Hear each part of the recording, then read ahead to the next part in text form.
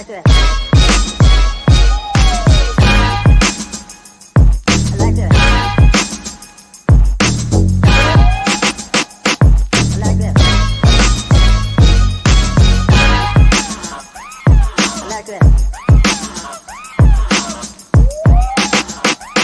I like that.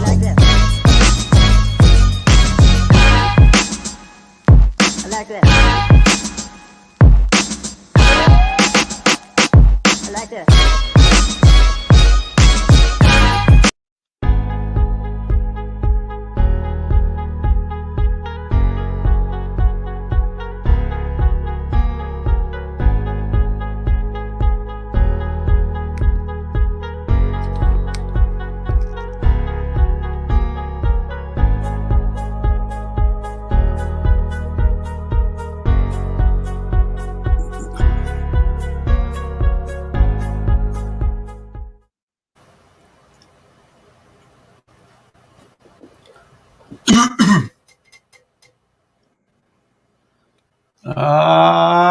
Shuck it, duck it. Quack, quack. What's up, my brother? Ain't nothing up. What's going on, my brother? How you doing? The same old, same old. Yeah, I know. Just chilling in the neighborhood. Hey, that's all we can do, man. Another day. Yeah. I don't know what's wrong with the signal at StreamYard. For some reason, it's been running a little behind for some reason. I can see because it ain't on this end, so it's got to be on StreamYard. So if anybody see any disruptions, it'll it's because the StreamYard is not on our side. It's StreamYard. Right. It's the app. Right. Producer, put the ticker on. Hey. But we got a lot to cover tonight. Sandra is off because she has an appointment with work, and she's behind because I guess she's been partying too much, so she got behind with what she's supposed to be doing at work. So she got to work late tonight. Hey, it's the end of the month report that she got to do. That's the problem. Hey. Yeah. They'll keep her hush. That's the only thing gonna keep her hush right there. She better be getting with because her show starts in a few weeks, and she needs to be getting it right. Yeah. So I don't know whether she's tuning in while she's working or not. But y'all know Air, she's on hiatus. She's on hiatus even from her own show.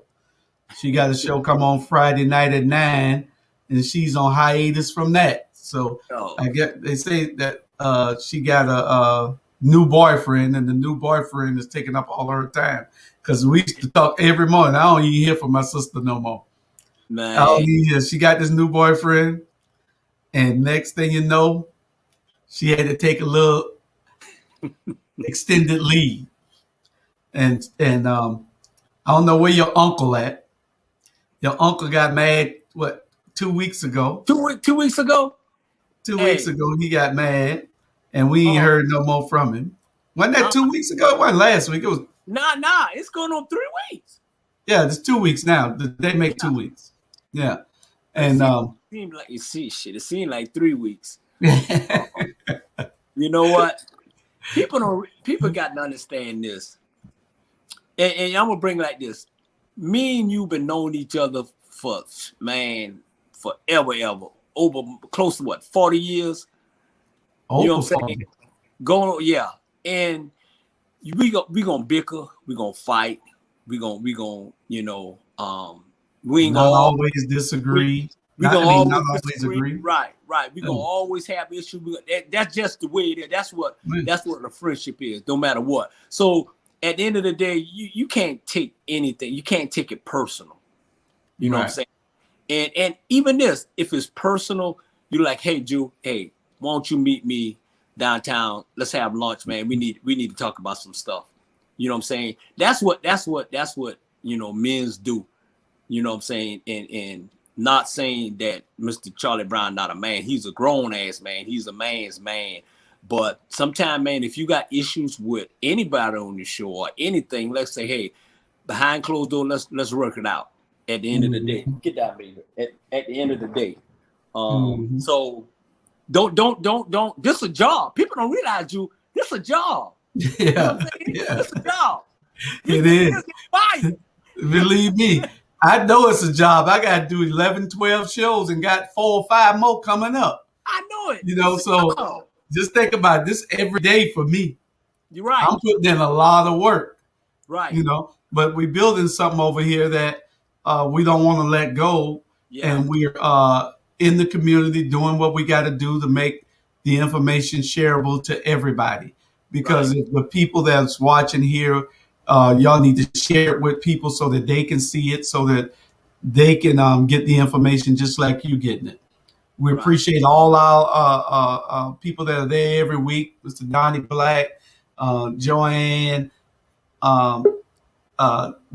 Betty Jones, Audrey Kennedy, Kearney, Sherelle Grant, always there. We appreciate you. We appreciate you. And y'all just share. And, we're going to have some changes coming later on. Y'all will see it in a couple of weeks or so. New everything. So, it's just an upgrade to what we're doing. Right. We don't want to let the cat out the bag right now because we got a lot that we will be bringing to you. We got Dr. Bryant. I see he's in the studio, so he's in the green room. So he'll be coming on in a minute. I don't know. He'll let himself in, or does he? Oh, okay. Well, the producer will have to let him in. There he is. Bernard, you didn't have to do this number here. I saw you. You ain't had to come for me like that. Bernard, look, Julius. Bernard put his nephew all on me the other night. That was a setup right there, boy. That was a setup. That was a good. He got me together. Good debate. I loved it. The brother is smart. Shaw, he got me together. I had to go running. I went running. I was scared. Both of the twins. Both of those twins were. Yeah, man, I'm a smart man. I appreciate him. Yeah. All the nephews was some good dudes. But they about to jump me, Julius. And Eric, he at work instead of being where he's supposed to be. Eric at work. I want those Eric to be on there. Eric, my boy. Yeah, man. I appreciate them though. They smart. I like anybody that push the envelope. Right. And Jamel, what James' son name? Jamel. That's a young man that's on the move and upward bound. Yeah, that's what I like about that. Yeah. Well, we got a bunch of stuff today, and let me turn this thing down. Okay, we got a bunch of stuff today that we want to be. So we'll get right into it in a minute. Just want to welcome everybody. Like I said, Sandra's off today. Sandra off every weekend. She got to work late because this is the end of the month reports that's due, so she's off. Dr. B got on his mustard shirt. Go ahead, boy. Look at man. Oh man, Look, man, I'm trying to be like Jimmy J. I'm trying to get big like Jimmy J. Look like we got a special guest tonight too. Hey, we do. Special guest. Bring our special guest on in here. Who that? Yo, what's happening?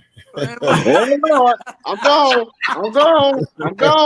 What's happening? That brother got words on his white shirt. I'm gone. Hey, what's up, brother? That's a special guest. I met God. Yeah, I love that shirt, man. I need that shirt. I love that. Man, you ain't had to do like, hey, man, you did me like Brock Lesnar, man. You ain't had to do me like that. My bad, man. No, I'm messing what you doing? Proud of you. Keep doing what you're doing. Thank you, sir. How everybody doing? Great. We glad you could meet us. Did you get the agenda? I did get the agenda. I apologize. I did not go over the whole thing. Don't worry about it. We don't do it either. You Right. get It's cool though. I mean, you know. And Drew, and Dr. B. When I seen that Sonya wasn't gonna be in, I said, okay, let me bring in a special guest. Remember you said You knew I was, and that's why I got on. I said, who coming? See, the Spirit of God told me to get on here. But I'm gonna shut up tonight because this man gonna do me wrong. I ain't about to get thrown around the room. You gotta put some baby all over you so when he grab you, he won't be able to grab you and throw you. No, he can't grab me now. Cause see, and then Menard gonna block me talking about don't touch me, don't touch me. Okay, our first subject is, you know what I keep forgetting to do? I keep forgetting to send it to the producer. I don't know what's wrong with me because she could be done put it all in the put it all up before we even come on. And I forgot to send it to her. But our first subject is, does the food we eat cause Alzheimer's? And can the right diet help prevent it? Well, if I could, gentlemen, I'll start with this because it's a personal topic to me, Alzheimer's. I don't know if y'all know this. One of the reasons that brought me back to Savannah was, one, I got elderly parents, but watching a mother with Alzheimer's, that's one of the most evil diseases there is on earth. And I will say this about the food we eat. We've got to be very careful about what we consume. The human body was not made to consume preservatives and all these chemicals and things that are in foods. And so, like, even myself, I've been guilty of just eating things and not watching what we're eating. So when it comes to like salts and preservatives and things, they put colors and things they put in foods, just look at some of that stuff because that's the reason why we have cancer. And I think that's a part of it. But, you know, even drinking cow milk, things like that, we're not supposed to be consuming. But as my dad would say, well, we've been doing all along. Well, it doesn't mean it's good for you. And so just be mindful of the things you eat, because I'm one who believes that chemicals create problems, even with medicine. Chemicals create problems. And so we got to be mindful of things that we put inside our bodies, because a lot of that stuff isn't made for us to consume. Right. Yeah. Go ahead, big man. Right. I mean, you know, I totally agree with that. Actually, back in 2012, my own father's mother, she actually died from that as well too. To where, you know, she had that disease, and you know, I slowly saw her,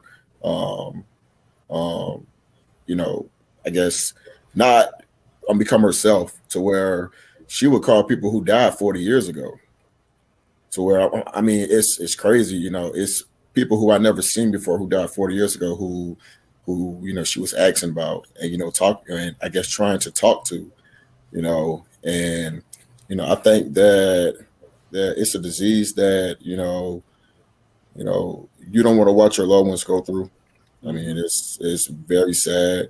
But also I think, you know, just to piggyback with what Dr. B was saying, you know, it's the food you eat, but I think that you got to drink water too.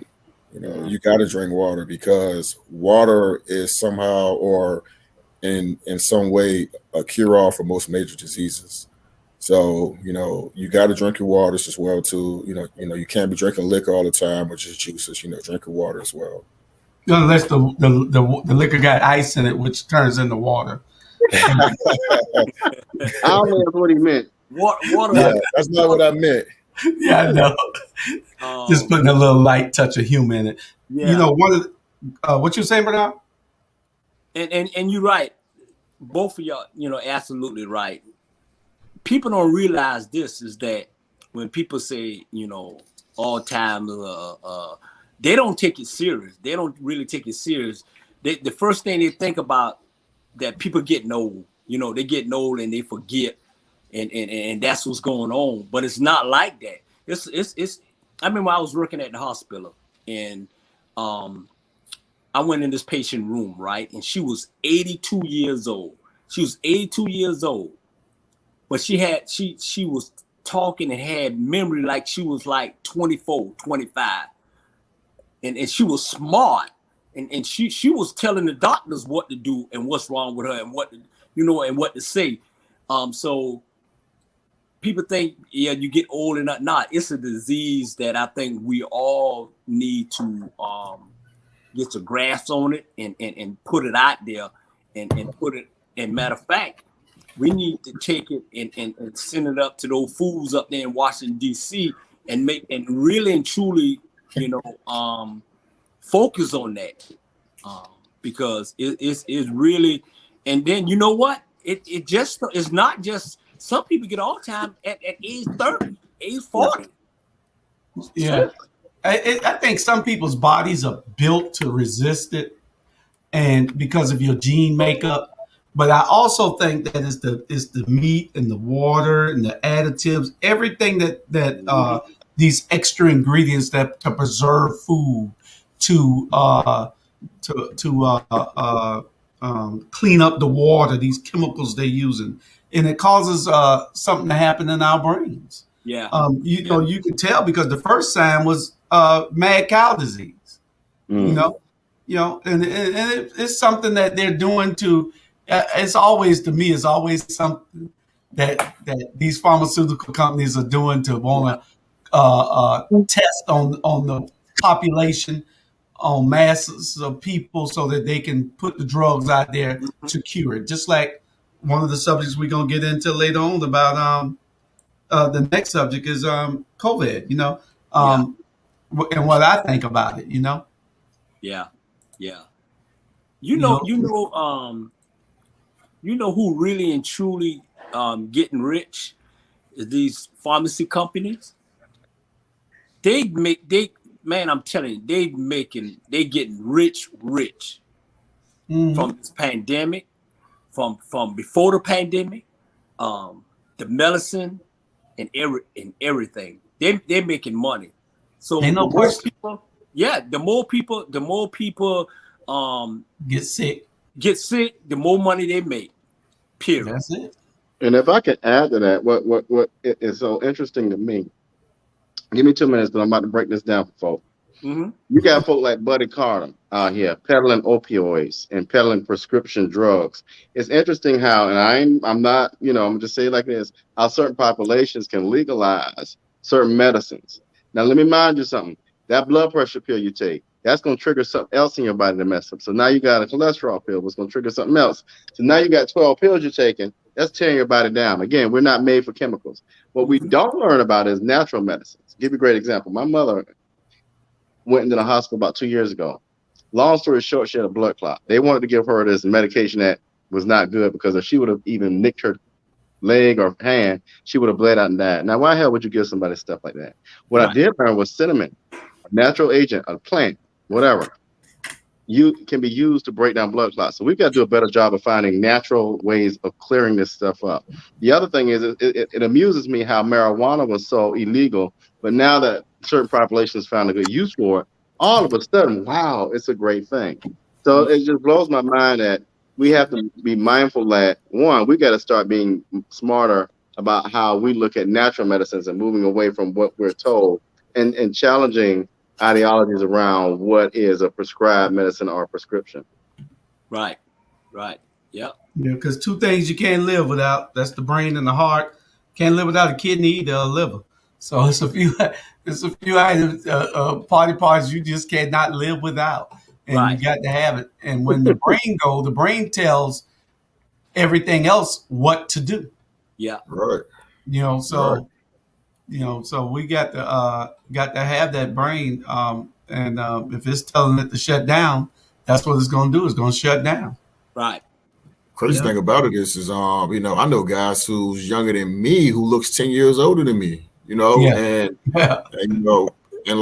that's based off of, the consumptions that they take, let's say drugs or whatever, cigarettes, blacks, smoking weed or whatever, drinking, drinking every day. I know some guys who's 25 years old who looks about 10 years older than me, and I mean, it's sad. It's sad. So, I would say you got to watch what you put in your body. And then also, if you're going to consume it, just don't consume so much of it because that could be detriment to you. Yeah. Okay. Okay. Not only Go ahead, Brian. It's like, yeah, you watch what you put in your body. Watch what you put in your mind. Yeah. You know what I'm saying? Watch what you put in your damn mind. Exactly. You know, right. Your mind, like you said, your mind control your body. You know what I'm saying? Everything. This go with everything. This go from food, women, males, or whatever. Whoa. That look good. It's damn good. Whoa. This ain't Friday. Hey, I know. Hey, it ain't Friday, but man, I'm just saying. I'm like, whoa, I ain't never go down. It's after dark. yeah. It's dark. Hey. You mean the fork or the toe? Shit, I mean, hey, if you sit to the table, right? I done got started now. I think this natural light done kicked in. If you sit to the table and you got a damn near whole table of food in front of you, and you eat that food, what you think gonna happen to you? You gonna be big as hell, and then you gonna wonder now why your blood pressure and all that shit is up. Come on now, you look what you eating on that table. True. So you it's a mind thing. You just, I mean, people gonna do what they want to do at the end of the day. But I'm just gonna sit here and I'm gonna drink this natural light, and then I'm gonna get all ready up, and we're gonna have a good time tonight. Shit. You ain't got the juice? Hey, what I'm drinking is better than nut juice. I need to get me some damn juice now. Give me about 5 minutes, man. Yeah, you know. Let me get loosen up a little bit. You know? I know it. Hey, everybody take a deep breath, man. Hey, let's roll. Let's roll, man. This Wednesday night, middle of the week. Hey, let's do this. Let's do this. Gotcha. All ready? Oh, we ready. Go. Producer. Hold on 1 second. Where we at? Our next subject was COVID-19 getting worse or better. Y'all had to excuse me 1 second. I was typing it in because my producer, I think she's doing her homework. And leave her alone now. Leave her alone. You got some middle schools in there doing some work for you, man.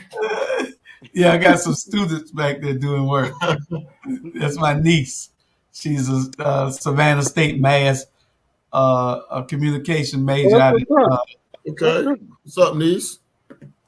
And you know she got a crush on somebody too, so we got to tell her. Oh, see, look here.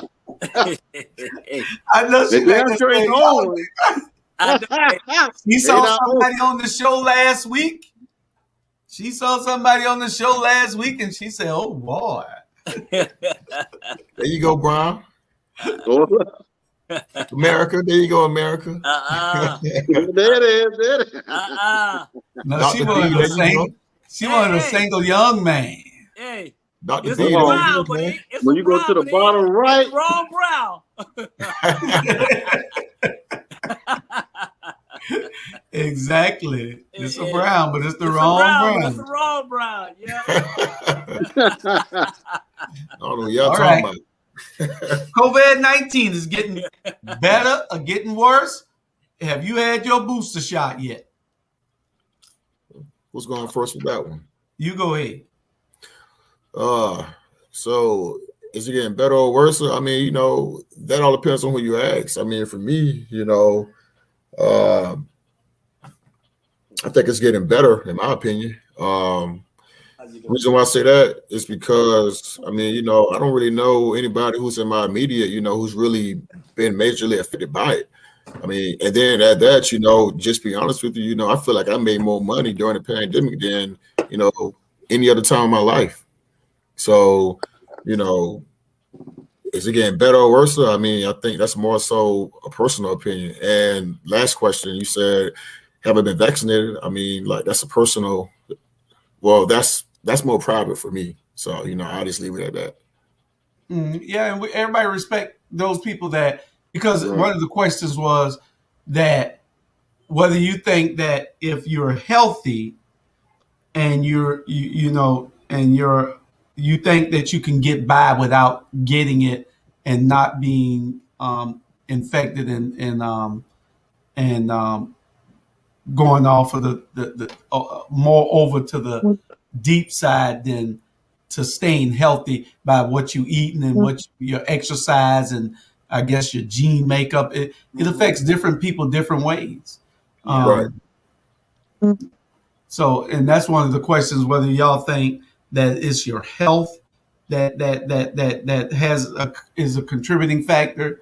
We know that it is, because if you have underlying conditions and you have bad health, but suppose you don't have no conditions and you just, no health problems, and you just a healthy person, and you, I guess then you need to eat right, take your vitamins, be doing the right things, because it's something. And I believe that the drug companies know this. They know that it's something that you can do to prevent this. They just ain't gonna tell you because they rather sell the medicine to the government. Yeah. True. I don't. You know what? We've been this going on a year and a half, almost 2 years with this pandemic. And sometime what I'm about to say, it's gonna rub people the wrong way, but at the end of the day, it is what it is. I'm just being strictly honest. So if you take it the wrong way, drink some nut juice or whatever and get over shit. The hell with it. That's what you get to say. I like it worded. I with me, I just want. We ain't gonna never have a normal life. We ain't gonna never have a normal life after this. We don't know when this thing gonna come over. You really don't know. With me, I had it. They say I had it, but this was back in last year in April. But I think I just was like tired and been on the road a lot and caught a little cold and I was fine because they asked me, I didn't have all that. I think if you really truly healthy, exercise, burn energy. For me personally, I burn a lot of energy. I work a lot. I don't pick up too much virus. I never had the flu shot, never have and never will take the flu shot. So everybody's body is different. I think we want to get back to a point where we've been talking about it, people's lives, losing their lives and everything. I think it's kind of turned to where if you got the shot, it's okay. If you didn't get the shot, it ain't okay. Then you got people looking at you this way. You got people looking. At the end of the day, I know people took the booster shot, and still wind up getting it. So we really and truly, to be honest, y'all, on a real note, we don't know. Everybody's different, so we don't know what the hell's gonna go happen at the end of the day. All I'm saying is, hey, everybody just be safe and just pray and don't judge other people, because that's what get me. Right. People always judging other damn people for what they do. Right. You clean your damn house up. Right. Clean your house up. That's right. Clean your house up and stop worrying about my damn house. My house is good. Okay? Right. Stop worrying about whether somebody took a shot and didn't get a shot. If you don't want to be around the person that didn't take it, then keep your ass home at the end of the day. Case closed, and that's all I got to say. At the end of the day, it is what it is. Hey, just pray. Just pray. That's the bottom line right there. Pray. Just pray. And that's true. You gotta pray, and that's so that if you ain't saying that was a word right there. A lot of folks forget about the aspect of prayer. And if we pray and if you got a spiritual relationship and you understand that, then you ain't got to worry about nothing. Mm-hmm. You see what I'm saying? Now, if folk out here who want to run around and act silly and put themselves in danger, knowingly putting themselves in danger, and then want to get mad with folk, well, damn it, you went and did it. Yeah. That's like me going, and I tell people this all the time. You want to see some foolishness? Turn on TV Saturday at one of them games. You ain't gonna see their mask. So now, if I'm concerned about it, even though I ain't about to go to no event like that, because the Spirit of God has told me don't go up in that kind of crazy foolishness. Right. You know what I'm saying? So you just gotta. I agree totally with everything you all just said, but you gotta have a mindset to own your own mess. Yeah. And follow your Spirit of God. Where the Spirit of God takes you. Yeah, absolutely. Absolutely, because what affect your body may not affect the next person's body. So you know, and if you sick, you know, got really and truly got health issues, I think you should you know, focus on trying to make sure that you know you stay healthy and you stay around people and everything. But at the end of the day, you know, we really don't know. We don't have an answer for this Jew, you know, big man, and RGB. We don't have an answer for this. No, we don't. No. Right, and then also, you know, just for me, you know, all right, they shut down the country back last March, right? Okay, COVID, you know, so if you tally it up from last March until now, that's about 18 months. Now, you know, I don't know about you all, but, you know, just to get approved for a medicine or some type of vaccine, it takes years. So you guys came up with the vaccine in 18 months. It really hasn't been tested properly.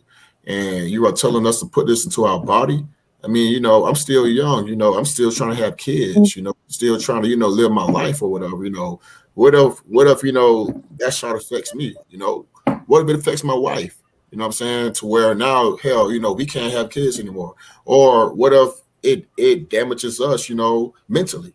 I mean, you know, I don't know if you all know, but there has been studies saying that, you know, in black men, well, in men, but mainly in black men or whatever, youngsters now, between 14 to 17 years old or whatever, those shots are actually, you know, affecting these guys mentally.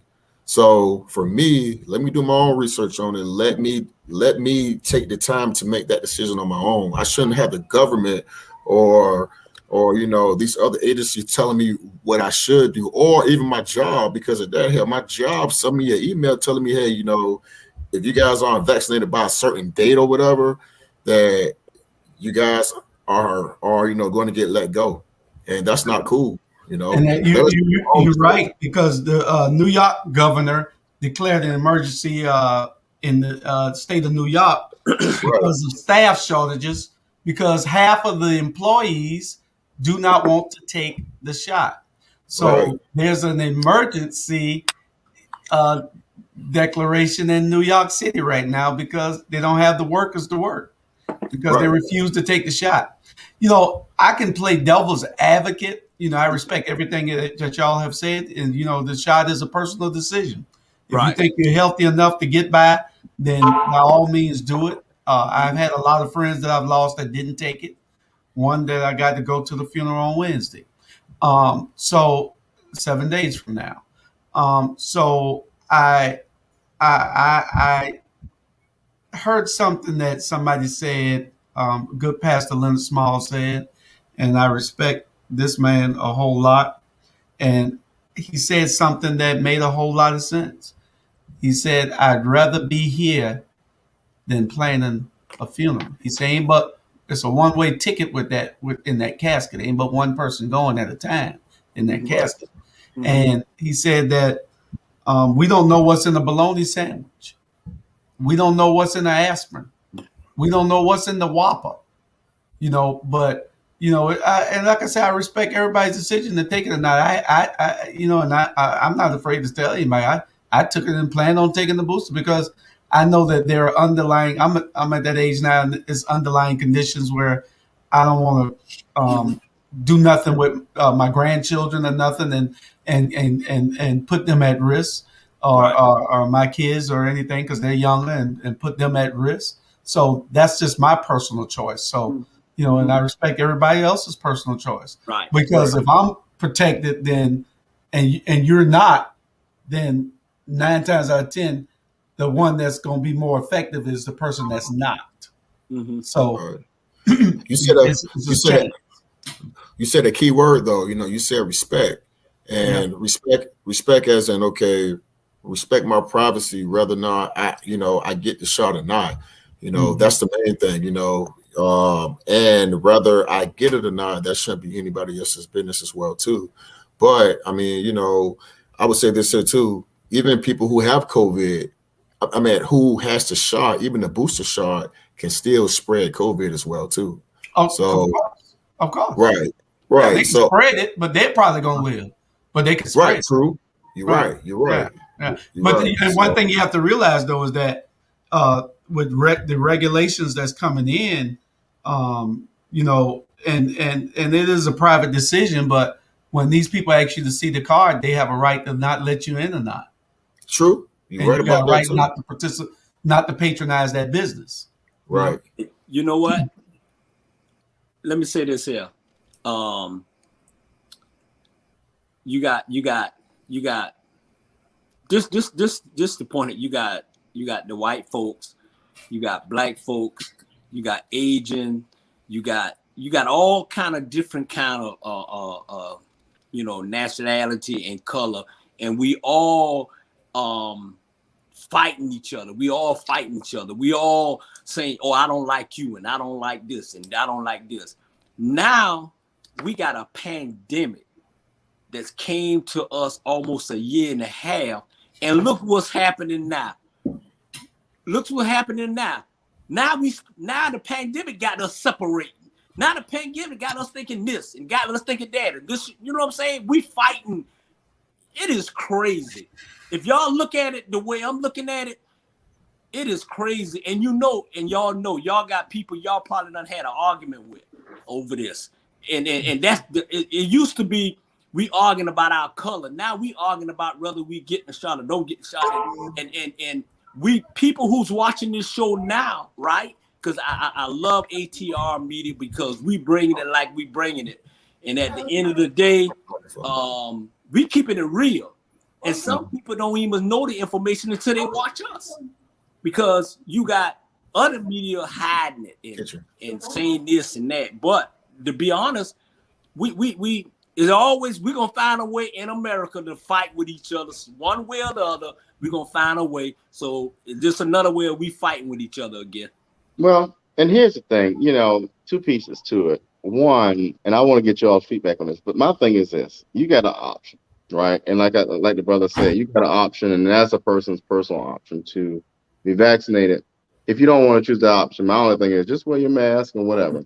The only thing is, just protecting yourself and your environment, right? It's the same thing when you're having sex. You got an option. You know what comes if you don't follow that option. It is what it is. You know what I'm saying? Right. Again, I agree. It's personal privacy and all of that with that. But my thing is, let me get y'all's opinion on this. I had a heated conversation with a good friend of mine that the theory out there is this was about population control, and then it eventually got out of hand. What are y'all thoughts about that? Who want to go first? I want you to go first, brother. Big man. Yeah, go ahead, big man. Dropping it, man. I'm impressed. What you think? Go ahead, big man. To be honest, you know, I do believe in population control. Well, I do believe that there is a sentimental effort to have population control. You know, if you look back at it, you know, at China, you know, folks don't realize this, but parts of China is shut down.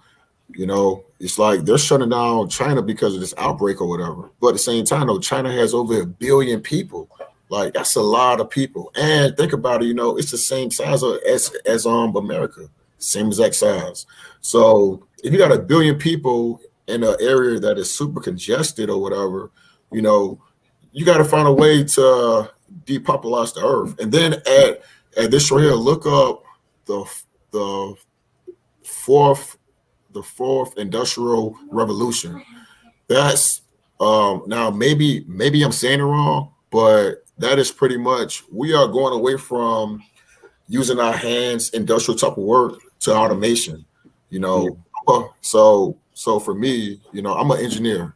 You know, I work in that field to where, you know, certain jobs that my dad could have got back in the day, those jobs aren't available. Let's say, okay, the post office, the post office, to where, you know, you'll get paid to scan packages or whatever.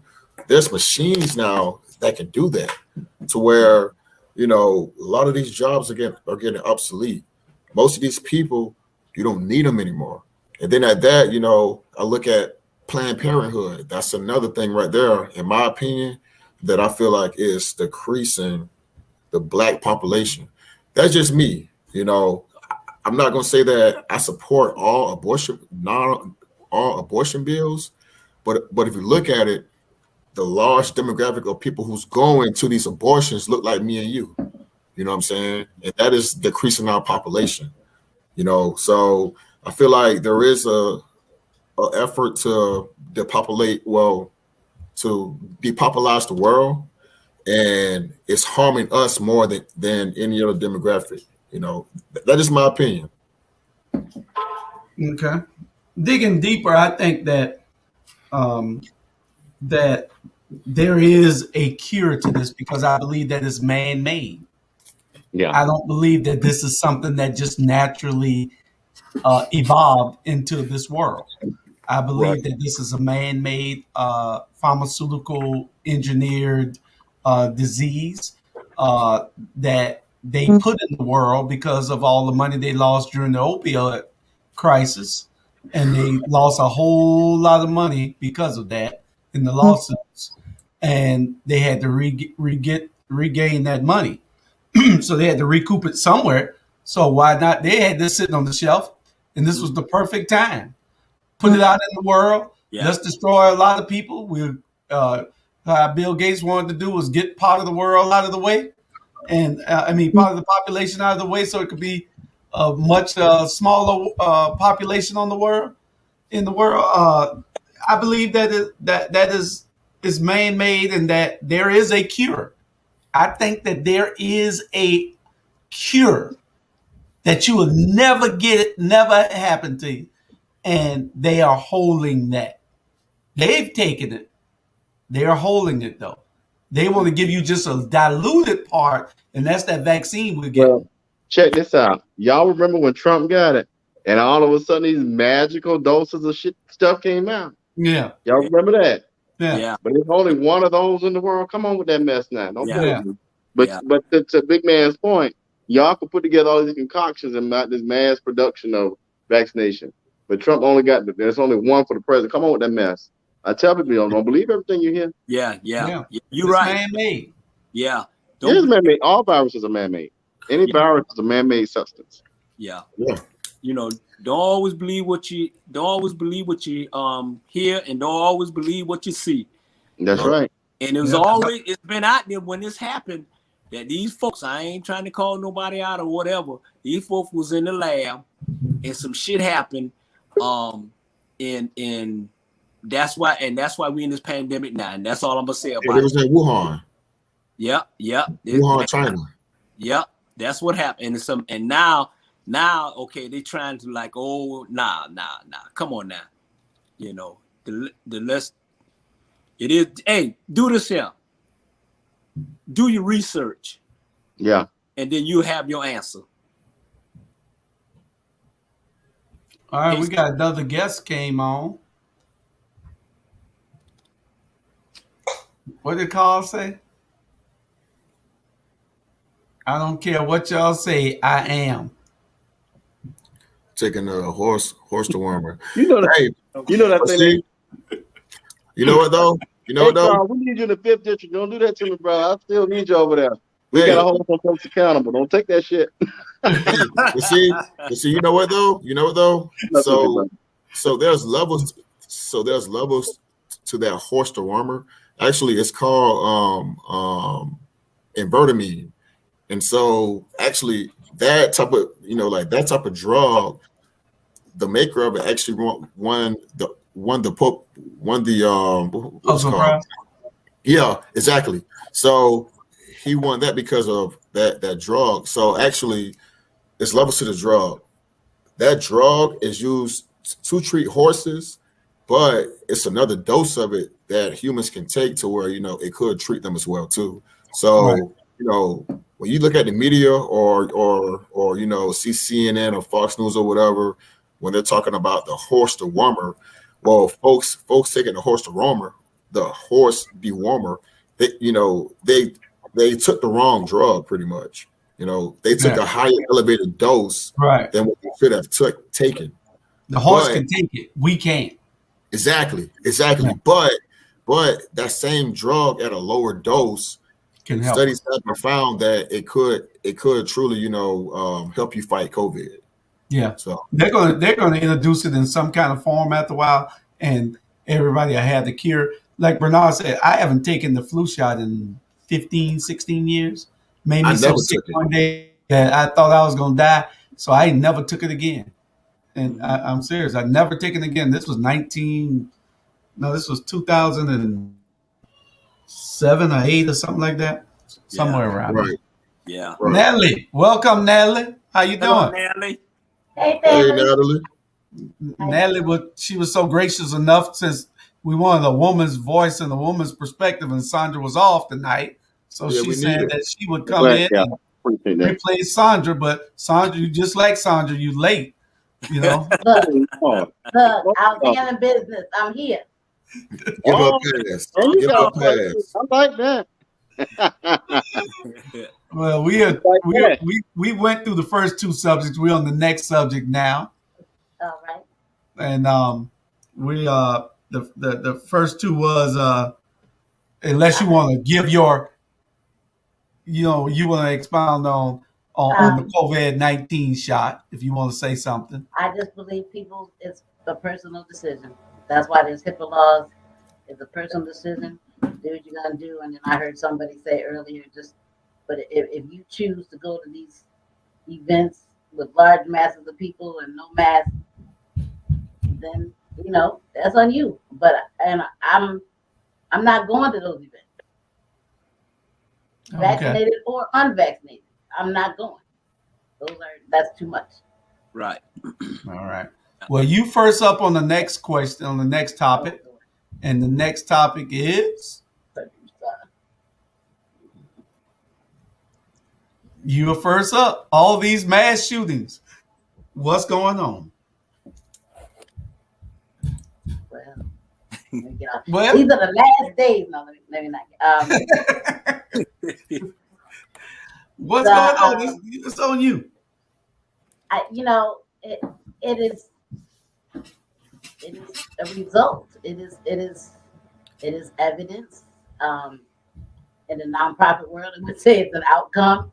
It's the result of neglect in the community. It's the result of the cutbacks that they've been doing year after year for programs for mental health. It's a result of a layered mess of neglect and deliberate neglect, and so we're seeing the result of doing that. That's the result of not providing those services. That's the result of closing down those mental institutions. That's the result of not having community centers open in in certain communities, in those marginalized communities. It's the result of not paying people a living wage. That's the result. It's the result. I don't know how to put it. That's my 2 cents. Blink, blink. All right, go ahead, big man. Hey, so I don't know if you guys see, but it's a few folks coming, I guess, trying to come for me well, I wouldn't even say come for me, but you guys, I guess, have an opinion about what I said about Planned Parenthood, right? And I see somebody say, well, yeah, you're right. It should be a woman's choice. First, I never said that there shouldn't be a woman's choice. I said that pretty much when it comes to Planned Parenthood, I believe, in my opinion, that it is affecting our population of people than any other race, because and also I do believe that it is a woman's choice. If a woman wants to on the side to have an abortion, that's her choice. But at the same time, though, in my opinion, I feel as if the only way abortion should be the option is that, for one, a woman is raped, and then two, no, seriously. You funny. It's their choice, though, right? It's their choice. But now I got restrictions on the choice. You just contradicted your own word. No, okay. So I said I said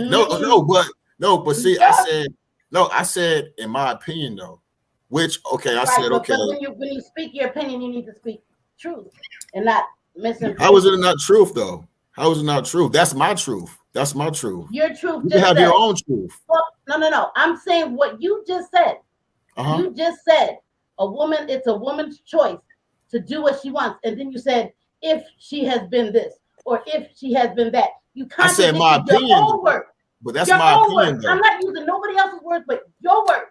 Okay, cool. But see, I'm telling you how I feel, though. I feel this way because but see, look though, right? Look, but see, okay, reasons why we may disagree, you know what I'm saying, is okay. I disagree because of different reasons, though. Not because, I feel like abortion should be outlawed.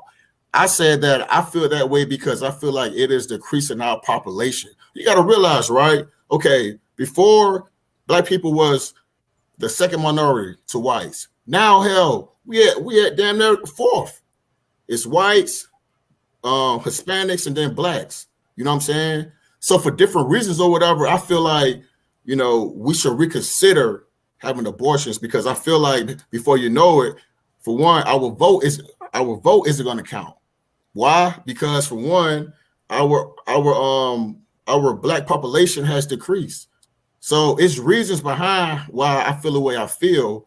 But at the same time, though, that's just my opinion. Right. Just and we respect that. We respect that because and to tell you the truth, is whites, Hispanic, Black, Asian, rather the same. Exactly. So we are losing population. And it's amazing that the Republicans want to put something in place that's going to help our population when they really don't want us to be in control. And that, you think about it, why are they doing that with these abortion laws? You see, it goes deeper than that, though, because you got to realize, too, the white race is dying as well, too.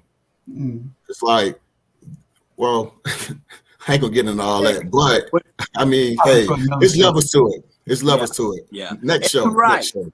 And you're right. My thing is this. And it's like I'm pushing, I'm like in the middle and I'm tug of war with a lot of stuff. At the end of the day, it's like I'm 59 years old, okay? And I got one leg in and one leg out. And at the end of the day, our young generation gonna have to take over one day. And so if we got young generation that's willing to take over and willing to go and do what they need to do to make sure that their kids can live a good life and moving forward, we shouldn't be criticizing our young generation for trying to speak their mind or speak with how they feel about things at the end of the day. And I think that's what's wrong with the society itself right now. And like I said, I've been coaching for 24 years, and I hear this all the time from my young kids and my kids that I coach everything. We need to give them an opportunity to fail instead of people failing them before they even go out there to have the opportunity to fail. Everybody have their own opinion. And we need to start listening. We, as older folks, need to start listening to some of these young folks that got a mind of their own, and then whatever you going to say, they ain't gonna put. Hey, if I say, hey, that house right there on fire, they ain't gonna believe that house on fire until they see that house on fire. At the end of the day, so we need to give them more credit than what we giving them at the end of the day, and that's my opinion. And I always been like that. Period. I just got one question, and then I want to hear from Natalie as well because I see her back there smiling, so she has an opinion. I know, and I apologize for cutting you off as well too. I'm sorry about that. I want to hear your opinion since you are the only woman on the show. But I got one question. All right, you older, okay? Do you older people feel like my generation or our generation is capable of handling, or are you guys comfortable passing the stick to my generation right now? Mm-hmm. You want me to answer the question? Yeah, I answered them. Natalie can finish it. I'm comfortable handing the baton to you all because I think that you all are free thinkers.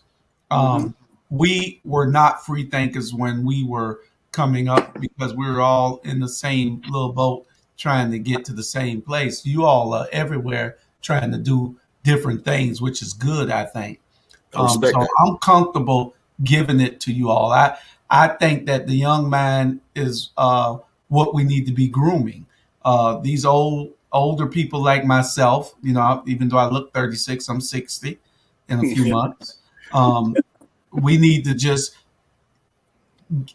mentor you all. That's all we need to do. But we need to let y'all have free reign to do what y'all want to do. But we need to let y'all see how it works so that y'all can make it better. And that's just my thought. I think it needs partnership. What we have not done, especially in the Black community, is we have not done a good job of, like Native Americans and Latino families do, is passing information down. They do that quite well, and we have gaps, right? And a lot of what we suffer from now, we repeat because we don't pass knowledge. So what we've got to do is partnership. That's one of the great things I see that Julius and Jay and folks like that do. They partner with folks and they help to groom them. And then they step back and, like Bernard said, the person will fall, but they'll be there to kind of support them. But I think it's a partnership because there's just and I'll use my dad, for example. There's good things that I learned from him, but there's also things that I'm like, I need you to think different on. So I think there's a place, it's a both and. It's kind of how I look at it. Right. Go ahead, We waiting on you. Go ahead, Natalie. Yeah, listen. I'm gonna start doing that, but no. So, I know it. I gotta put my glass. I know it. First thing, I never stated an opinion on the issue of Planned Parenthood. All I did was respond to your comment. Right. I didn't say whether I agree with you or disagree with you. Then I got the whole soliloquy as if I was criticizing. No, I'm saying to you, let me say it in a more mentoring, old wise person with gray hair way. Right. Watch your words when you speak, because you contradicted yourself. Right. That's all. I didn't take a position. All right. So what's your position on what he said about passing the baton to the youngest? On the, I believe we already are. I mean, if you, maybe not in Savannah. Savannah is Slovenia when it comes to passing any baton. Everybody got to pray on it for 65 years to make a decision so small whether or not to change the doorknob on the church door handle. I mean, it's very different down here. But I mean, Baltimore's mayor is what, maybe 30 years old, 31, 32. I can't remember how old he is, but he's the mayor of Baltimore, and he's doing a great job. And he's brought an amazing amount of innovation and new ideas and new opportunities, financial opportunities specifically for people of color. So I believe that the batons are passing. There's a gentleman in the Senate, I believe from Michigan, extremely young man. I think it is very important to pass the baton. But it also, like you said, the mentoring is key. And the one thing with the mentoring that's very key is you have to remain teachable on both sides. Young people, if you're having a mentor, you can't just blow off everything they say as well, that's just an old way. Because understand, there's a reason for old ways, for certain things. And there's methodologies and strategies. And when it comes to, I'm just going to touch on this in a real umbrella type of way. Population control has always been a thing in the world. If you look at history, I was a history major in school. Okay, so it's always been a thing in all civilizations. Okay, but understand this when it comes to our community. Yes, we're being killed by gunshots and all of those type of things, but we're also being killed by our diet, heart disease, diabetes. Those things are killing us just as fast, if not faster. We have to understand that there is a layered strategy to controlling the population. It's not just one thing. And I'm certainly not going to pick an organization that does the thing. People think Planned Parenthood, that's all they do is offer abortion services.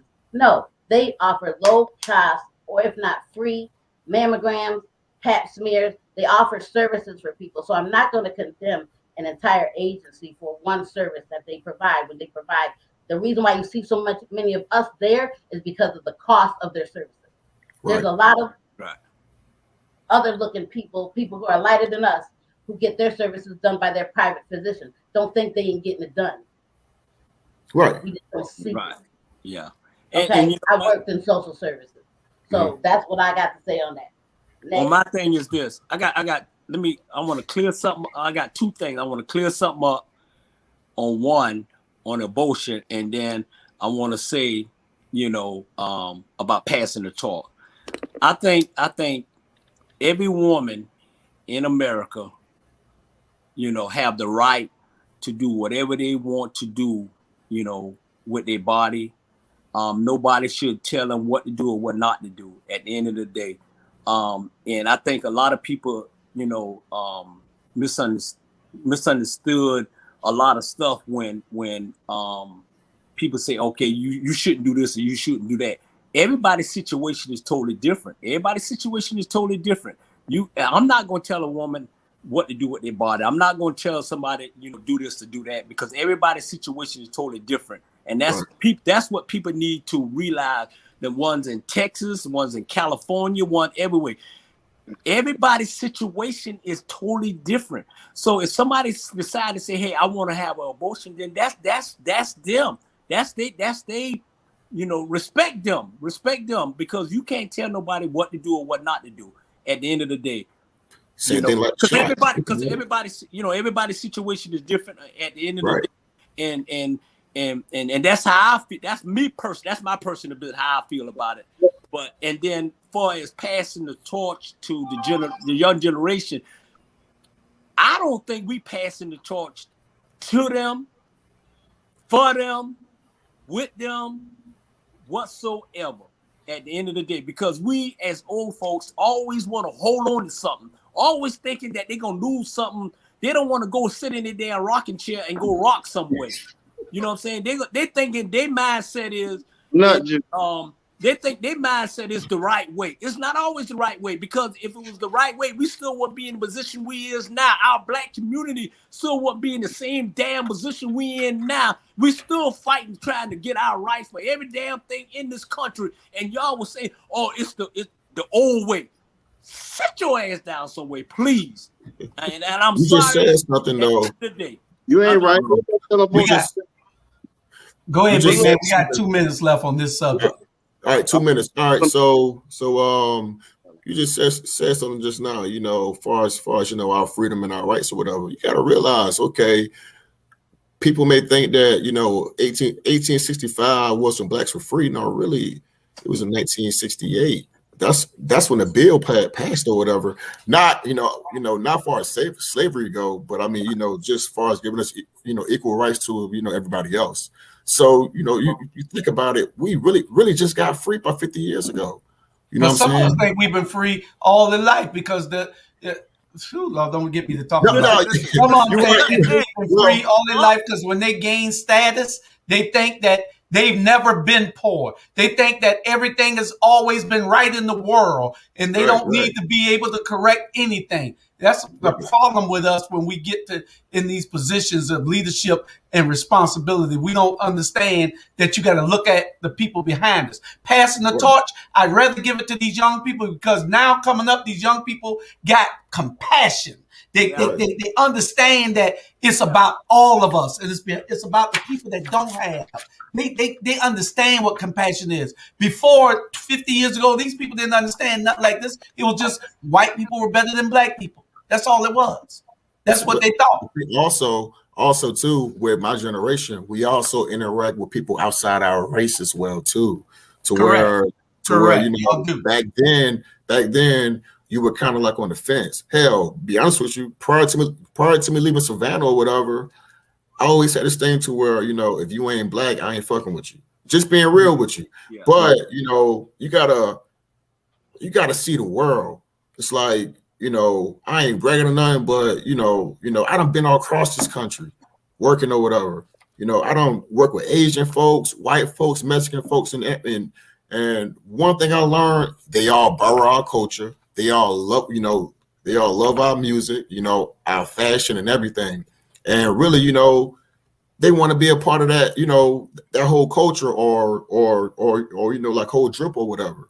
And one thing I think that we need to do is start thinking outside the box, because also, like in Atlanta, there's a little Asia, there's a little Mexico, I see it, and I'm saying, man, like, okay, well, where's a where's a little Africa? Where's a black population where the whole strip is just completely black? They call it the ghetto.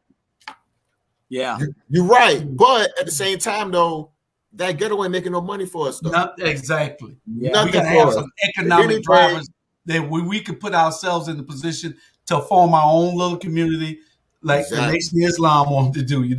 It's a prime example. Big man for president. Huh? Big man for president. Yeah, big man. Big man. You need to come back home. Come back home and let Dr. Brian and Jay groom you. Hey, you know what? Hey, I'm laughing, right? And this on a serious note. I'm gonna make it real brief. Go ahead, G. Hold on. For all the politicians that want to control a woman's body, take that energy and that money, solve homelessness and solve hunger. Worry about that before worrying about somebody else's body. And give us some reparations. Yeah. Yep, I agree with that. Give us a bill. On the last thing on that, before we move on to our next subject is, I know we got a whole lot of debate going on the side. Evanity saying some great stuff here. A man would never understand what it is to be a woman, so a man has no right to tell a woman what she can and cannot do with her body. There are so many different reasons why a woman may choose to get an abortion, and trust me, it's never a happy place when a woman has to endure that, regardless of the circumstances. It's not always, huh? I can imagine that's got to be an emotional journey. Yeah. I mean, nobody. For a woman to go through. Decide someone. It's not an easy decision. I can just imagine that.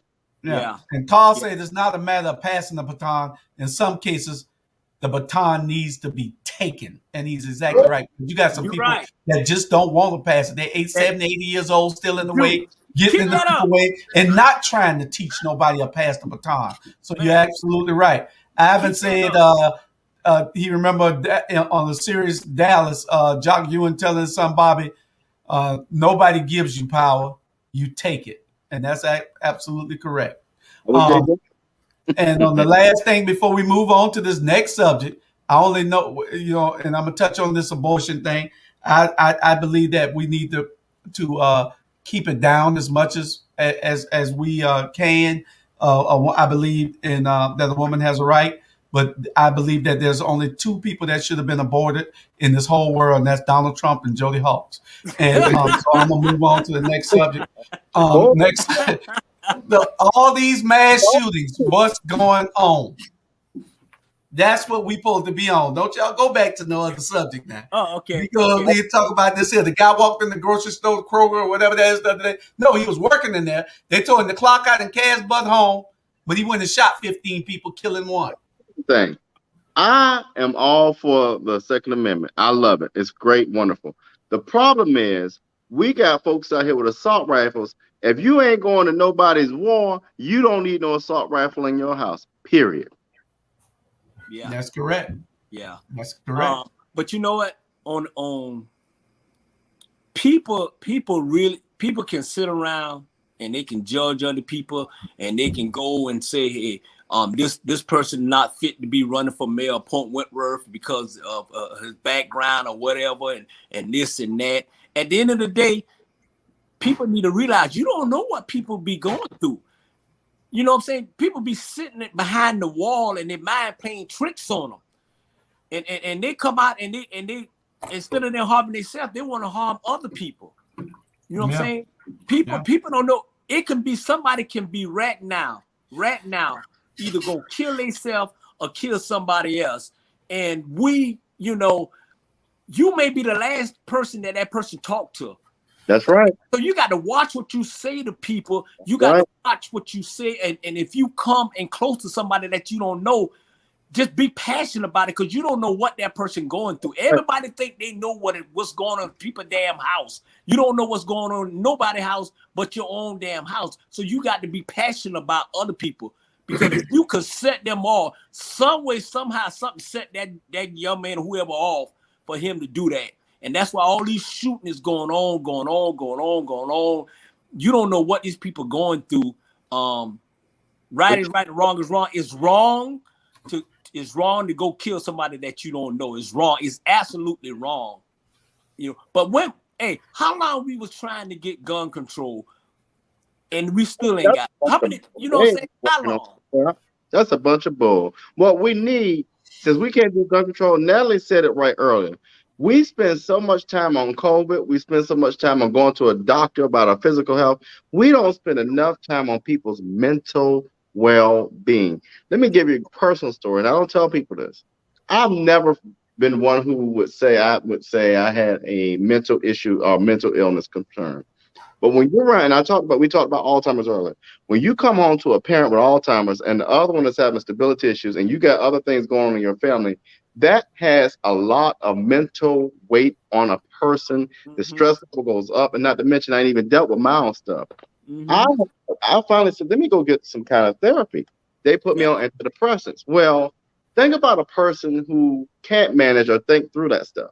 We've got to start doing a better job of attending to people's mental well-being as we do talking about physical well-being. It's a very serious issue. It's the difference between a mass shooting or somebody killing themselves, and it's a very serious issue that we don't deal with enough. Yeah, and you're absolutely right. You ain't ARG, trust me. You ain't the only one. Believe me. I had people constantly telling me, maybe you need to go talk to this person. Maybe, like I say, reason why I'm so passionate about saying you don't know what's going on in other people's house. You don't know. Just because you see somebody smiling 32 damn teeth, and that smile can be a fool. That's right.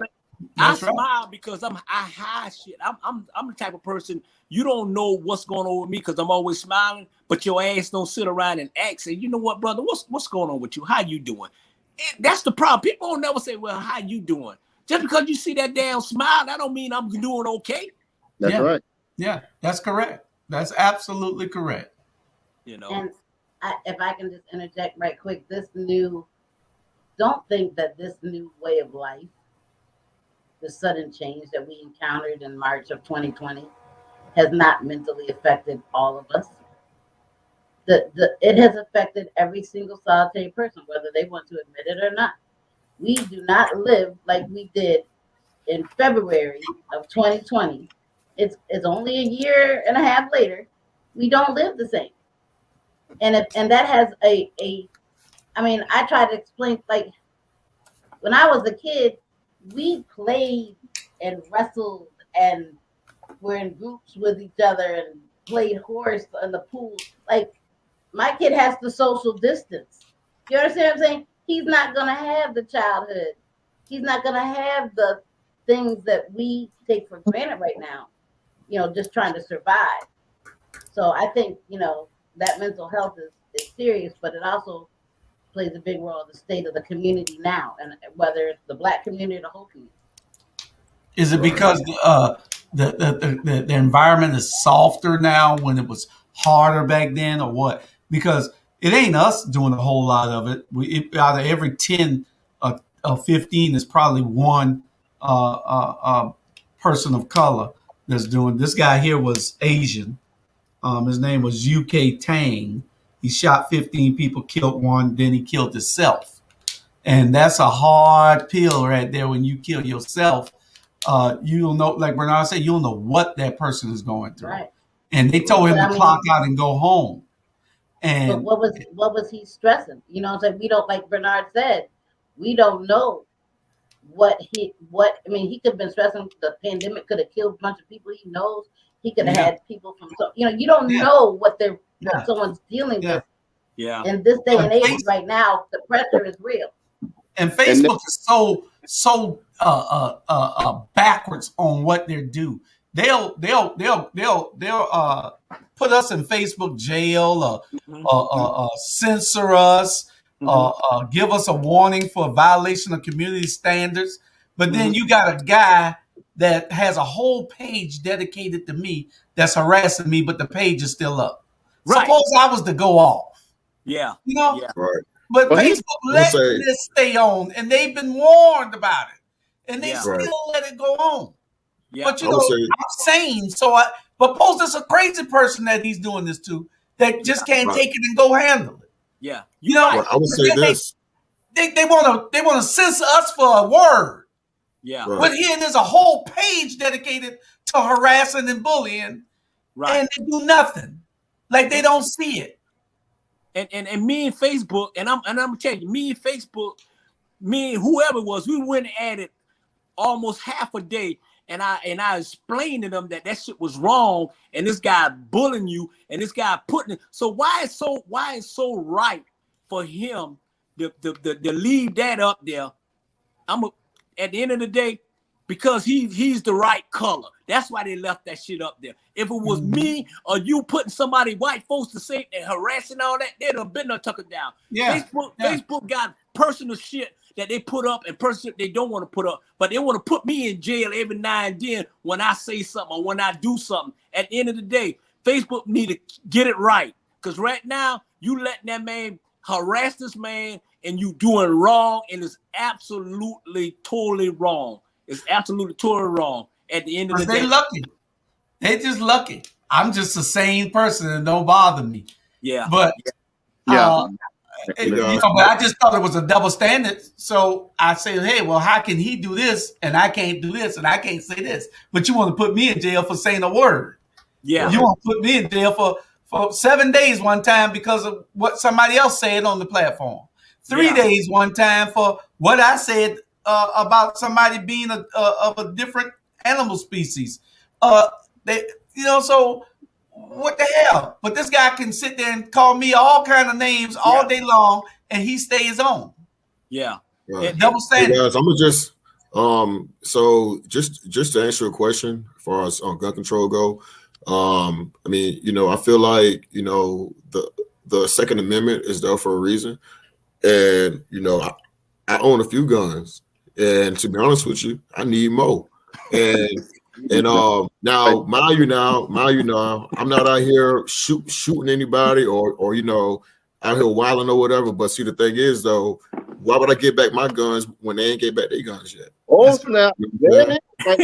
That's all I'm saying. Because see, the thing is, the moment you give back your guns or whatever, that's when they have the authority to come into your house and harm you. That's right. So my thing is, for a black woman or a black man, arm yourself because you never know what can happen. And then at that, for me being in Savannah and then moving to Atlanta, it's more crime up here than I actually realized. I used to stay on Farrell Street in West Savannah in the hood. I'm talking about the hood. Yeah. And to be honest with you, at times I felt more safe there than some places up here. Because for one, you got folks coming in from out of town for one, and then two, you got people who just don't give a damn. Yeah. And how I see it is, I would rather it be you than me. Right. As far as okay, if somebody coming to rob me or whatever, and I got my own weapon on me or whatever, I'm gonna harm you before you harm me and my family. Yeah, better be tried by 12 than carried by 6. That's the old saying. And one of the things that Elder Ned Williams said, and it was so prolific that I want to repeat it. He said that to the young brothers that we need to reach out to, and we need to have meetings with these guys. Mm-hmm. And we need to tell them, don't give your guns up. They want to take your guns. Don't give your guns up. Yeah, he's absolutely correct about that. He said, don't give your guns up. Just stop shooting each other with it. Exactly. He said, because if you take your guns up, if they take all your guns, you cannot protect your community then. They're free to come in and do whatever they want to do. Big Man made me think about something. When you said that, Julius, it made me think about something. So think about how many black and brown folk are incarcerated and their gun rights are taken away. Yeah. They go what Big Man just talked about. Think about that. Can I? Go ahead, Natalie. That's deep. Go ahead, Natalie. It's even deeper than that. Because if you're paying attention right now, and because I only been paying attention because I've been shopping, But the ammunition for guns that are more prone to be in the Black community is scarce right now. It is scarce. It is hard to get bullets for, and that shit expensive. 45. You can't get food. Yep. You can't find them. So what they're doing is, even if we keep our guns, they're taking the ammunition. Man, pay attention. This thing is layered, baby. You used to can go to Walmart and buy bullets. You know, now hell, you can't even buy bullets in Walmart no more. For certain types of right. Go to Amazon. For certain types. Even on Amazon, I did the search. Now it's deep when Amazon. See, like, do you know who's? Pay attention. Question. I'm serious. It's scarce. Question. So, do you know who's the number one demographic buyer of guns right now? I believe it's, well, I don't know if it's us, but I know there was a huge rise in gun purchases from African Americans within since George Floyd. Black women. Well, black women are the number one buyers of guns right now. Why? Because I mean, you know, if I got a wife or whatever, you know, and she's going to the gas station pumping gas or whatever, and hell, somebody come over here and you know try and do anything to her, she has the right to defend herself. In Georgia and in Florida, as you all know, there's a stand your ground law. So if somebody come and fuck with you any type of way or whatever, to where you feel harm, you are obligated to kill that. Well, I wouldn't say kill, but whatever happens to that person is, you know, happens to them. That's self-defense. Yeah. So for me, I'm not giving away none of my guns. They got to come and take that from me because, you know, I got a wife and I got a kid I got to protect. And I ain't letting nobody handle me or, you know, trying to handle them. I'm sorry. You know, now what I do think that we do need is stronger background checks because it's a lot of people with mental issues who are getting guns. That's the issue. You got mental issues or some folks who are red flags. You know, I don't believe that they should have a weapon because, you know, they are unpredictable. You know, you don't know what they're going to do. But for like the working men and women like you know, us five or whatever, who, you know, go to work, do what we supposed to do or whatever, I think that, you know, having a gun is pivotal, especially right now. Well, I can't carry a gun right now. I'll get my rights back after a while, I guess. I got these the only guns I can carry right now. So I'm gonna have to deal with that. Every time that cow would see me, he'd go the other way and hold his head down. But all us have good point. All us had a good point of view. All us had a good point of view about the guns and everything and protecting your family and everybody have the right to protect your family and do what you need to do to make sure they're safe. Right. But in the court of law, we are guilty until proven innocent. That's correct. They are innocent until proven guilty. Case closed. Producer, next subject. And the last thing on this subject is keep your eyes open, keep your ears open when you go in these places, grocery stores, malls, everything, you know, and just be very cautious in everything you do, especially the women going to these gas stations and everything else. These boys like to jump in the car and steal them. Right. So just watch yourself. You got to be vigilant all over. Y'all make sure y'all share this so that people can know. Next subject is Chris Como, CNN anchors sexual harassment. Now this is we're gonna spend a long time on the next three subjects because all we got is about 30. Break down real quick, and this go back to his brother, the governor. I don't know if everyone knows, Chris's brother is the governor, a former governor of New York. Now, this how it was broke down to me recently, and I believe this theory. Who was getting all the heat in New York? Who was getting all the heat because of all that tax stuff? Trump. What better way to deflect all that bull crap from you than to put the heat on somebody else? Bless you. Mm-hmm. That's correct. Why Trump ain't never been charged with the Me Too movement? This is my biggest question. Trump should have been charged. Number one, he's a worst pedophile and everything in the history of this country, and he became the president. Yeah. Y'all. First of all, Chris told us he don't mess with women no more.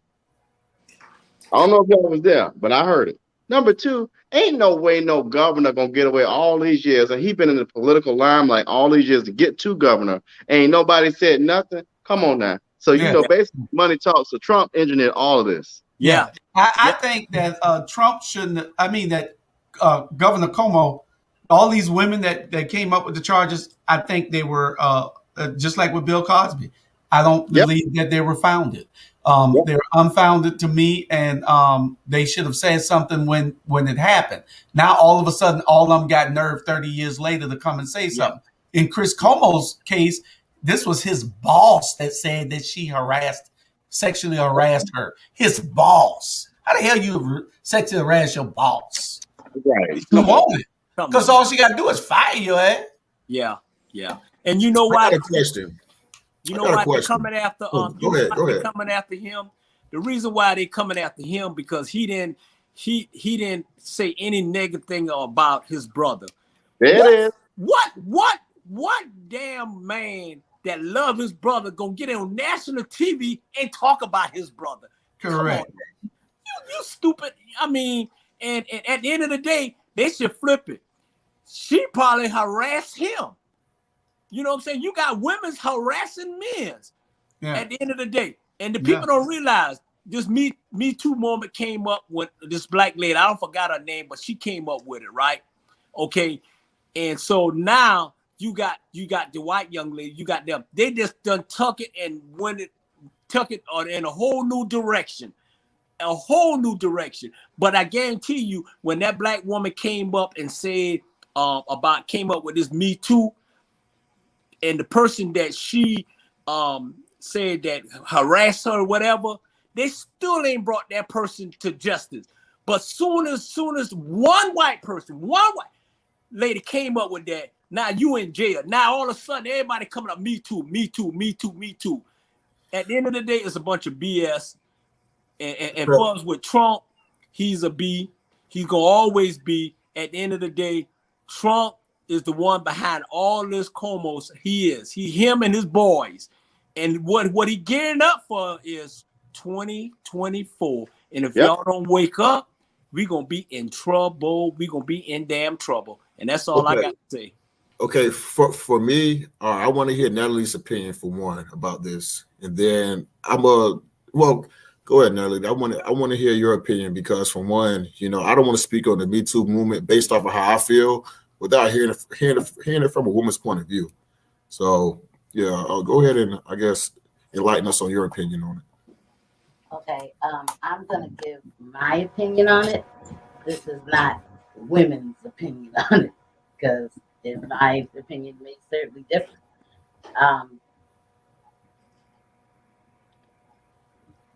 It don't take 30 years to accuse somebody of sexual assaulting. It is one thing if it were to come out and he wasn't in the news. This was orchestrated.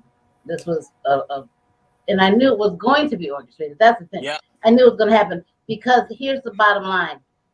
Who made Donald Trump look like the dumbest and biggest chump during the pandemic? It was Governor Cuomo. Yep.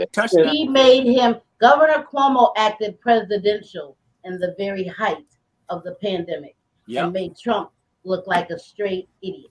The way he handled his state, the way he handled his announcements and informing the citizens, he made Donald Trump look like the idiot that he is. And therefore, Donald Trump has a full vendetta against him and his family because that's how Donald Trump is. He is a narcissistic, evil man. And that's just who he is. When it comes to the allegations, I don't believe, not that I don't believe the women. I'm not going to sit there because I wasn't there. Okay? But my point is, why now? Right. Why you come out now? Yeah. And in the world of technology that we have, they could get video recordings, they could get audio recordings, but they don't have nothing. All it is an allegation, because a man is gonna be a man when he's around an attractive woman. He's gonna look at it, he might flirt with her. The man is an old man. He finna hit the grave pretty soon. So he probably thought, let me get fresh with her.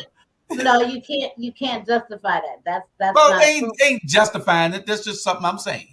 It ain't justifying it. Just because I say it don't justify it. But what I'm saying is that's what he did. Every 68 seconds, understand this, every 68 seconds, an American is sexually assaulted. Every 68 seconds. We're not talking about sexual assault right now. We're talking about people accusing people of of looking at them damn too hard. Yeah, go. And the words out their mouth. I'm going by what the article, what the headline said. It was sexual assault. He's being accused of sexual assault. What I'm saying is there's a sexual assault happening every 68 seconds. If you want to talk about a Me Too movement, if that's the case, it's every 9 minutes a victim or a child is, what is it? Hold on. 25 out of every 1,000. Oh, well, hold on. No, that's the wrong statistic. That was about the perpetrators. Victims. But like the number of victims, in other words, what I'm trying to say is the people who are part of that Me Too movement is a good 50% of the country. You know what I'm saying? Like there's so many people who at some form of time have experienced some form of assault or inappropriate behavior. You'd be surprised how many people. But now, what I'm saying is that those statistics are good. Okay? They're good for us to know because those people are sexually assaulting people. When you're talking about, I looked at a woman the wrong way, or that I might have missed and touched her when I was passing by to get by, or and they take that and tell me this to me did something to you. No, those claims are bogus. I agree. You know how I see it though. You know how I see it though. Go ahead. All right. So, I see it, in my opinion. All right. So when you see Cuomo or you see Trump or you see R. Kelly or whatever, and you see that they're charged with get me out. So you see that they're charged with, various crimes or whatever. Look at it. Is it okay? Are they charging him with a civil lawsuit, or is it an actual a crime that they committed to where, okay, they're going to get time for that? Because, for example, what's that football player name for the Texans to where, he was accused of, sexual assault or whatever. But in none of those cases, Watkins. So in none of those cases are they actual felonies or misdemeanor. They're all civil, meaning money's involved. Now, not to say that, every person who gets raped or whatever is lying, because, I do believe that there are some scumbags out here who do rape women, but for a man for some men who's at a position to where, let's be real with you, that pussy coming down a dozen. To where, it's being thrown your way. Show, big man. This ain't Friday. I'm sorry. I'm sorry about that. But Let me say this. As of I'm reading the statistics, okay? And then this is why I say this when you say what you say. All right. As of 1998, so it's been a while. Okay, so this number is probably a little different in 2021. But it says as of 1998, an estimated 17.7 million.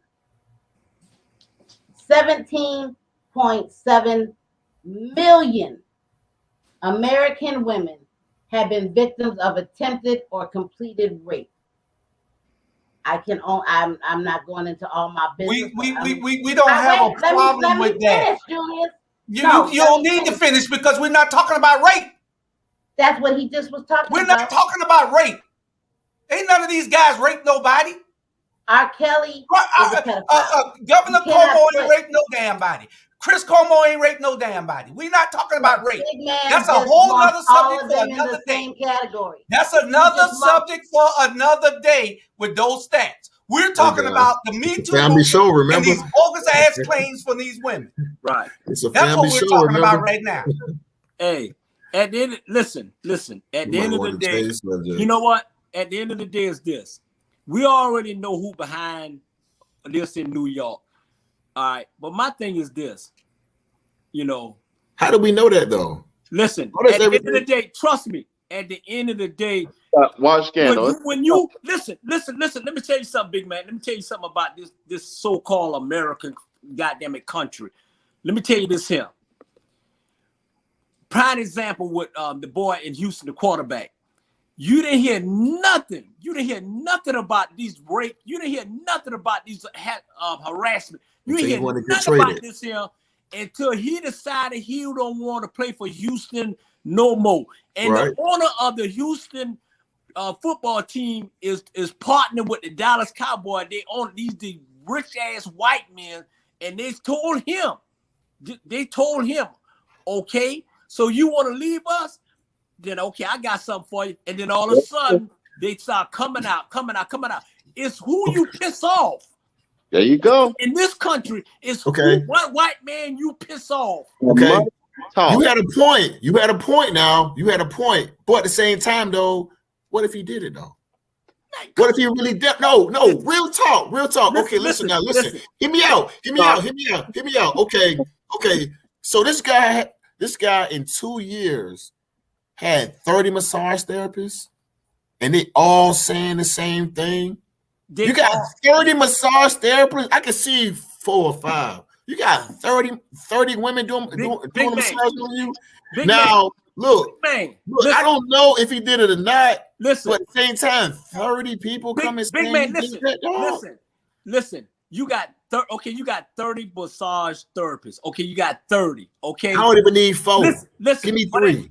But at the end of the day, if you giving 30 of them 20,000, 30,000 to come up with this, they railroad. Look, I tell you what it is. This man got a fetish. That's what it is. He has a fetish. Real talk. Because look, now all I'm saying the same thing. He wanted a naked massage to where he wanted it done a certain way. Right, you know what I'm saying? This man has a fetish. Now, I'm not going to go as far as say, he sexually assaulted these women or raped these women. But this man seriously got an issue. You know what I'm saying? Now, far as Cuomo go, hey, look, I don't know if he did it or not. But at the same time, though, you know what I'm saying, to say that he didn't do it because, he's a man of power. Come on, man. Yeah. Oh, I didn't know he had 30 massage therapists. He had 30 massage therapists. Okay, but listen, 30. And they all knew that he wanted a naked massage. Hey, look. They came there for a purpose. Yeah. For a naked massage. And he probably was cheap. Come on, man. We can't. The man that has a fetish, there's something wrong with him. He got a fetish. Something wrong with him.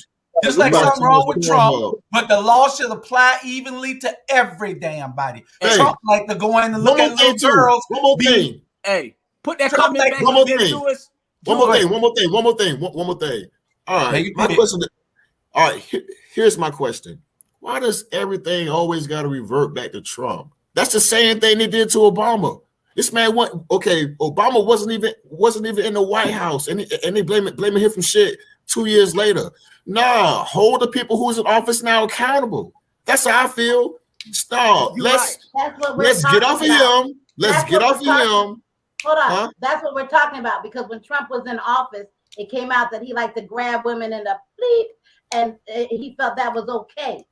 That's what we're talking about. We're talking about he was not held to the same standard. Wait, let me finish. He was not held to the same standard as Governor Cuomo has been held, or has Chris Cuomo has been held, or other people. That is the issue, young man. That is what we're arguing about. We're saying that the former president of the United States, where there is documented evidence that he has done inappropriate things to women and young women, and he, out of his own mouth, has said it's okay to do invasive and assaultive things. While he was in office? Yes, they had the video. Where were you? You got to show me that video. What I'm trying to say, it don't matter whether he's in office or not. He was in power. All I'm trying to say this right here, right? Hey, look, okay, he's out of office. Okay, that person who's in office now, he's being accused of this crime while he's in office or whatever. Now, look, I don't know if he did it or not. That's not my business. Listen. But big man, power and money equates to the same thing, whether you're in office or not. Trump had power. Trump was putting people in office. So he had more power than people in office. Okay. What you're saying, though, is, okay, right now you're saying that the reason why this whole Cuomo shit is this Cuomo stuff is coming up is because of Trump. That's what you just said earlier. They didn't say, you said that earlier now. Big man, that was her opinion. No. You said that, Julius. I never said that Cuomo stuff coming up because of Trump. I said that Trump is not being held to the same standard as he is. I think Cuomo problem is his own problem. Cuomo like to touch women. Cuomo like to kiss women and men. Cuomo just he's a touchy-feely type person. Okay, so my question in the beginning is, why does all this? Okay, so my question in the beginning is, why does this guy always revert back to Trump? Trump ain't in office right now. Money. That was Cuomo in office. You know what I'm saying?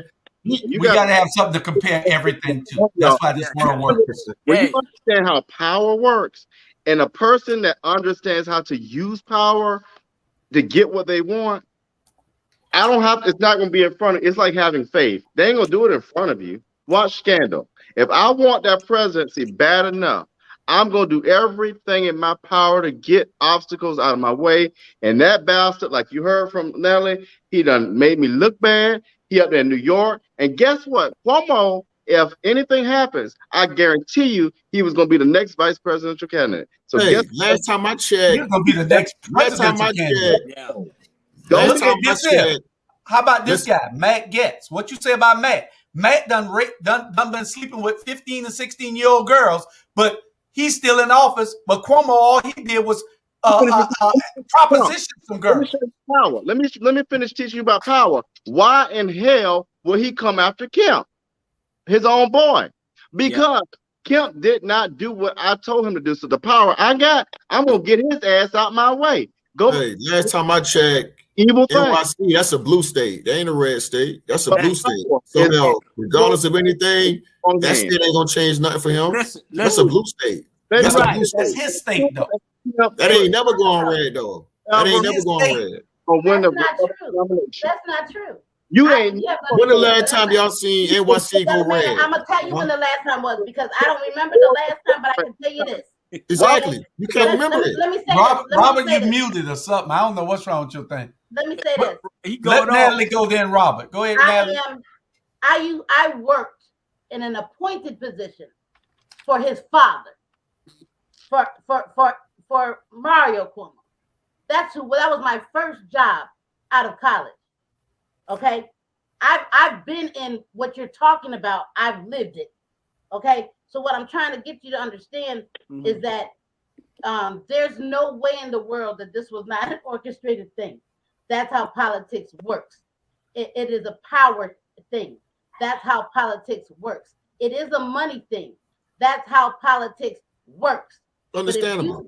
But also understand that I stopped working for Mario Cuomo when he lost the election to the Republican, turning the New York to a red state of Georgia. That's the government race. That's a government. Big man, let her finish, Big man. I said presidential. Presidential. It don't matter what it is, big man, or president, or governor. I said, when's the last time you saw NYC go red as a presidential race, not the government race, presidential race? If it go red for one, it'll go red for the other one. They ain't going red. Hey, it doesn't matter whether red. Sexual assault doesn't have red, blue, green, or anything. It's power and money. That's it. Let me show you how power works. Man, they all corrupt. Hold on. Why would Trump come to Georgia to endorse Stacey Abrams over his own Republicans? That's power. That's power. Let me show you another piece of power. Last year, Daniel Blackman and I ran a race in this state against two powerful Republicans. You know why we lost? We came that close. And at the last minute, the governor of this state came in and exerted power. Power and money speaks. And you don't see it. It's like faith. It's not visible. But when you understand how power works, oh man, please. That man got more money than the Democratic Party alone. All right, we got 12 minutes, people. We only got 12 minutes. Jamar Torre, I guess you were looking in. You wanted to say something. I see. We glad that you can join us as late as you are. He had to go get the juice. What's up, Nut Man? Oh, the nut juice. I forgot. I was handling business. You know, Okay. I'm not. We was at the factory. Then we had to go handle other stuff on the west side. So we are the one-man NAACP here now. Now we not taking the title. Victor Cooper gave that to me, and I was hesitant. But then my brother Victor Cooper, I said, I gotta go and do that because again we got issues. But I said I gotta go at least come on the Rabble. That's why I did that. I'm ignoring Bernard Brown right now because again I'm being decent right now. Okay. All right. Okay, Nut Man. All right. Well, we are on our last two subjects, and they got to be quick because we only got 12 minutes left, or 13 minutes left. 12. We're going to have Ray versus Man on the last two subjects. The last one is the lightning round. Is we had one more before that. R. Kelly. Y'all can say what you got to say about R. Kelly in the next few minutes, and then we'll be on our last subject before we get out of here. Great show, great talk. Great discussion. Natalie late, Jamar late, but y'all go ahead and give up. R. Kelly, Jamar, do you want to say anything profound about R. Kelly's conviction? Well, the one thing I would say that people ignored a lot of stuff, because again, positions and titles. That's why I tell folks I don't have a respect for that at all. And so we weren't concerned about what was happening to Black women, and that is an issue that's going on. Black women are missing, and we're not saying anything about it.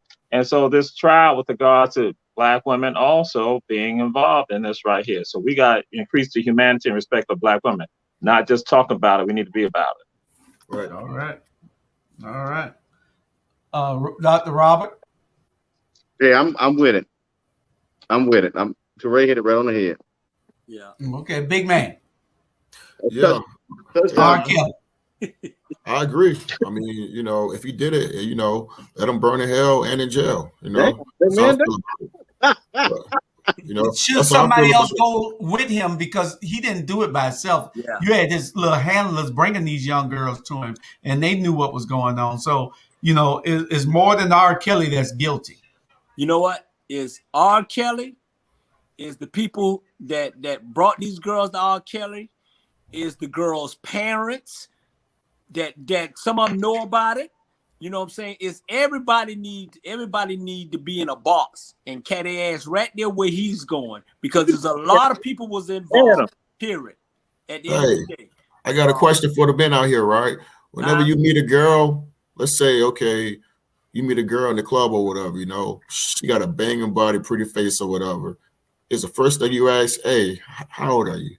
I don't ask that. I ask, you know, how you doing? What's your name? And so and so. Now later on, I might find out. Now, you know, I'm not saying that as you know, as any type of cover for him, but it's just ironic how, you know, all these reports I've been hearing is, you know, I met him when I was 17 or whatever, to where I don't know. I don't know. No. Natalie, R. Kelly, Natalie. Quickly, you got to talk into the mic. You're not. What I said. I'm with me quickly. Listen. I said you can't hear you. You was talking this way here. You got to talk this way. Can you hear me now? You taking Charlie Brown place or something? Are you gonna let me tell you? R. Kelly been a pedophile. R. Kelly been a pedophile since before he married Aaliyah. He married Aaliyah illegally when Aaliyah was 15 years old because she was pregnant and he wanted her to have an abortion and she needed a consent. And that's how that happened. Yeah. Understand something. He's been a pedophile. People look the other way because he makes money for the record industry, because he made millions and millions of dollars for people, including himself. He's been a pedophile. He is a pedophile. And the people, yes, the people who brought the girls to them, they should also be charged as accessories. And so should some of them girls' parents who brought their daughters to him when they knew, because they knew that's what he liked. Ain't no way in the world I'm going to bring my underage child to stay with any grown man. So I take it you're not going to listen to R. Kelly music no more? I don't. Never like his music myself. Because of that? No. Not because of that. I haven't listen, I also worked in politics, then I worked in radio. I worked around R. Kelly. I met him personally. He's not a very nice man. Touch you? I don't understand. I'm too old for him. Children. Go out there, 14, 15. Woman that like you, go buy you a prostitute. I mean, come on, man. You ain't got. I hate when people mess with kids. Yeah. That's some ass stuff. And then R. Kelly. I mean, you know, we can't say that you're gonna not like his music because you still listening to the national anthem, aren't you? They did more harm to this country and to us than anybody and anything ever happened. How about we that? Ain't gonna front. We ain't gonna front and say, hey, you know, I never like R. Kelly music now. Hey, come on now. We ain't gonna front now. We ain't gonna front. Come on. No, you done did some everybody who black listen to R. Kelly. Ain't nothing wrong. You know, everybody who black jam R. Kelly. Now you hear folks talking about, so yeah, you know, I ain't never like R. Kelly. Come on now. Come on now. I can fly. Come on now. We ain't gonna front. R. Kelly made some of the best music. Michael Jackson. Well, you want to bring Michael Jackson up? Michael Jackson ain't never been found guilty of nothing. Yeah. I think they were lying on Michael Jackson. Hey, you know, I was jamming on what it is on Thriller last week. You know what I'm saying? Yeah. You know, his music is timeless. Now, you know, if he did it or not, you know, if he did it, that's wrong. That's wrong. I do not listen to R. Kelly because of his pedophilia. I don't listen to R. Kelly because he was a jerk to me. I don't like R. Kelly. That makes sense. But see, I wasn't talking about you though. I was talking about Dr. B when he said, hey, you know, I don't like R. Kelly music. I'm like, come on now. Everybody and their mama jam R. Kelly now. Come on now. We ain't gonna fight on R. Kelly like that now. Hey, right or wrong. Didn't really care for his music. I mean, I'm not trying to hate, but you know, didn't understandable. He's a Miles Davis type guy. What you say, Bernard? Hey, I'm Brown on Missy Elliott type, you know. R. Kelly talking about remix to whatever and all that kind of stuff. Okay. Bernard. Yeah. We got with 6 minutes. We got 6 minutes. I'm just saying this here. Hey, it was a great show. All the you know conversation we had was great, and Nally and Big Man and RG and Jules and the Nutman came in late. Hey, it was good. And like I said, man, if people don't tune in to all our shows and watch us, man, they crazy. Missing some jewels. Hey, yeah, Big Man, you got an open invitation to come when you feel like it. We here every Wednesday at 7. That was last minute, you know. I just hopped on, man. It was last minute, but yeah, you got an open invitation because you are very knowledgeable on the subjects that we're doing. Thank you, sir. Our last subject for the day is where is Charlie Brown? And when have y'all spoken to Charlie Brown? Jamal, you need when this show is over, I need you to find out there was a ransom. Somebody called me, said they wanted $150, and I never see Charlie Brown alive again. And Jamal, I'll take it to it. Jamal, who playing victim now? You know, so I'm trying to figure out what the deal is. Way to go, Julius. Huh? I ain't saying that. Julius. Wait, who go, Charlie? Yeah. I don't know. They did the voice was muffled. I thought it was Jamal playing God. You know.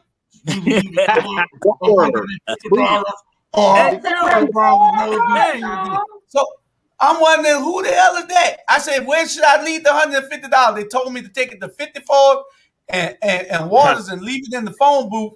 I say, they still got phone booths? Say, it's an old phone booth right there. Leave it in the old phone booth and they'll pick it up. So I took the $150, but I still ain't seen Charlie. So I'm trying to figure out whether I should call the FBI. This is what we should do. This is what we should do. Hey, Joe, take that program a couple weeks ago, right? And rerun it. and rerun it, and we'll have our answer. Just go ahead and rerun it. Okay, I'm gonna put it on. I'm gonna put this one on as a rerun, and I'm gonna put that one on as a rerun after for Thursday. Hey, Julius.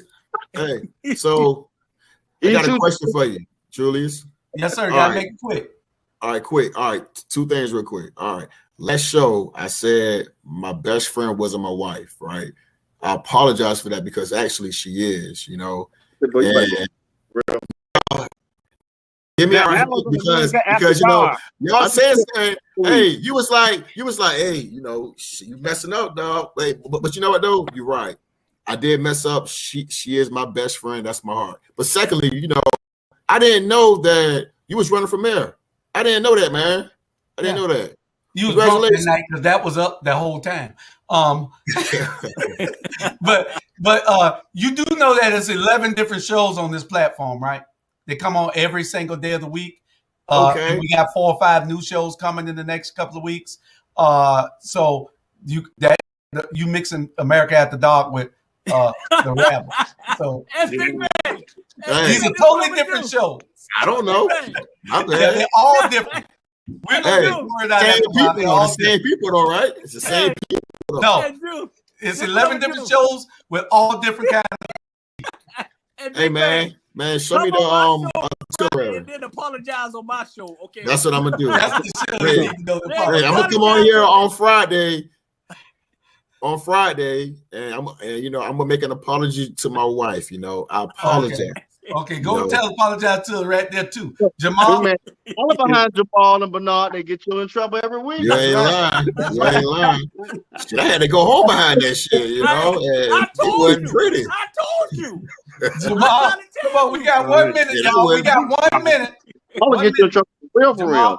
I'm gonna throw this out here. We need to start a campaign to support returning citizens. You know, we need to do that. We need to start a campaign to support returning citizens, have some type of rally. If it's an online rally, we need to have some type of rally to go and throw it out there and say that folks need to have their rights restored and also have their rights to do what they need to do for this society, for this country, for our community. So that's one of the things I want to come on and share that. I agree. All right. I appreciate it. And that's what we need to do. We're going to be talking more about it on the incarceration to incorporation on Friday also. And y'all make sure y'all tune into all the shows 7 days a week, big man. This is where we at. We got shows coming on Thursday and Sunday after a while, even though those are days that are kind of open right now. But we got shows coming on those days also. But we got the replays and everything are all during the week. But we got 11 different shows. Y'all tune into them. We got 4 new starting with Sandra McKeithen and some more. We got a real estate show. We got a bunch of stuff coming. Natalie, got any last words? I got to go. Hey, just everybody keep getting in good trouble. All right. Good night, America.